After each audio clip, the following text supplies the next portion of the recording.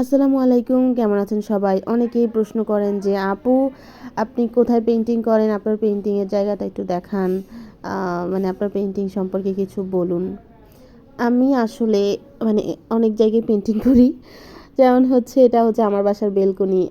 আমাদের টিমে যারা কাজ করি আমরা ৩ জন। আমরা ৩ জন যেমন একজন হচ্ছে একটা বেলকনিতে, আরেকজন আরেকটা বেলকনিতে, আরেকটা জন হচ্ছে রুমে বা ২ জন রুমে আর একজন হচ্ছে বেলকনিতে। এইভাবে কাজ করি। তো আমি আজকে হচ্ছে বেলকনিতে বসে পেইন্টিং করছি। আর এইভাবে পেইন্টিং করতে আমাদের যে সেকেন্ড জন উনি বেশি পছন্দ করে, কিন্তু আমার কাছে নিচে বিছিয়ে পেইন্টিং করতে বেশি ভালো লাগে আর কি। আর ক্যামেরা অন করে ভিডিও করা, বারবার ক্যামেরাটা ঘোরানো, এগুলা অনেক কষ্টের কাজ, অনেক অনেক। যাই হোক, আমি হচ্ছে আজকে একটা জুম শাড়িতে পেইন্টিং করছি। তো জুম শাড়িতে এখানে টানানোর পর আমার নিজের কাছে মনে হচ্ছিল মশারি, কিন্তু এটার ছবি আমি শেষে দিয়ে দিব।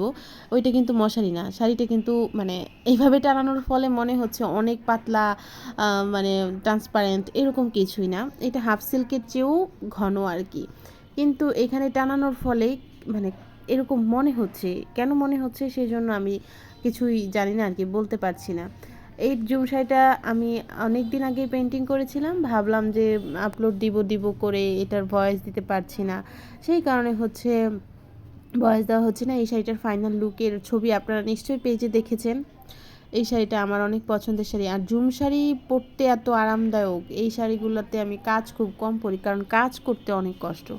কারণ সুতার বুনন এক সাইডে একটু কম, এক সাইডে বেশি, এটা সৌন্দর্যের জন্য করা হয়েছে শাড়িতে, মানে বুননটা। কিন্তু পেইন্টিং করতে বেশ কষ্ট, মানে রং বসানোটা অনেক কষ্ট আর কি। আপনারা যারা হচ্ছে বিগিনার আছেন তারা অবশ্যই এখানে মানে বেস কালার হিসেবে সাদা রঙটা দিয়ে তারপর কাজ করবেন, নয়তো কিন্তু কালার ফোটানো অনেক টাফ হয়ে যাবে। আমি এখানে প্রথমে ম্যাজেন্ডা রঙের লিমিয়াম ফুল এঁকেছি, আর এই ফুলের ডিটেলিং করলে তো আপনারা দেখতেই পারবেন। আর এরপরে হচ্ছে এখানে হালকা ল্যাভেন্ডার কালারের ছোট ছোট চেরি ফুল দিয়েছি, আবার সাদা আর লাল রঙের চেরি ফুলও দিয়েছি। আর মানে এই ছোট ছোট চেরি ফুলের জন্য শাড়িটা আরেকটু সুন্দর, মানে সৌন্দর্য বেড়ে গেছে আর কি।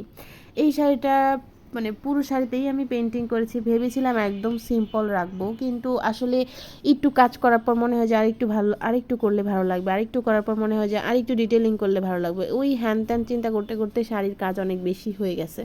কিছু করার নাই, যতটুকু পর্যন্ত সুন্দর না লাগবে ততক্ষণ পর্যন্ত আমি ওই কাজটা করতেই থাকি। যাই হোক, এখানে হচ্ছে আপনারা যারা জুম শাড়ি পেইন্টিং করতে চান বা হচ্ছে জুম শাড়ির ক্ষেত্রে একটা যে বিষয় খেয়াল রাখবেন যে এই শাড়িতে কিন্তু পেইন্টিং করার সময় মানে কালারটা ভালো করে প্রথমে বসলেও পরবর্তীতে দেখা যাবে ফেডেড হয়ে যাবে বা কালারটা ডিপ হয়ে যাবে।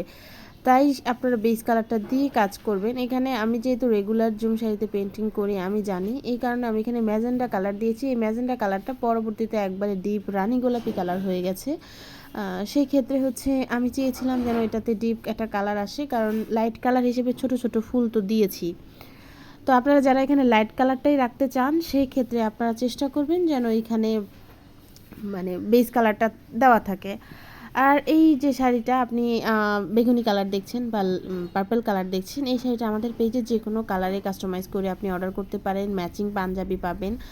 আর আর চাইলে হচ্ছে এটা সেম শাড়িটা আপনি জুম শাড়িতে নিতে না চাইলে হাফ সিল্ক, সেমি মসলিন, তারপর হচ্ছে আড়ং কটন, কোটা, যে কোনো শাড়িতে আপনি হচ্ছে কাস্টমাইজ করে আমাদের পেজ থেকে নিতে পারেন।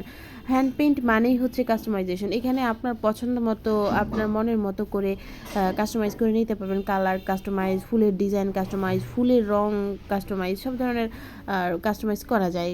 ছবিটার ফাইনাল লুক দেখাচ্ছি। এটা হচ্ছে ফাইনাল লুক। শাড়িটা পরার পর কিন্তু এরকম মনেই হচ্ছে না যে এটা অনেক পাতলা। কেমন হয়েছে জানাবেন। এই শাড়িটা অর্ডার করতে আমাদের পেজে ইনবক্স করবেন। সবাই ভালো থাকবেন। আসসালামু আলাইকুম।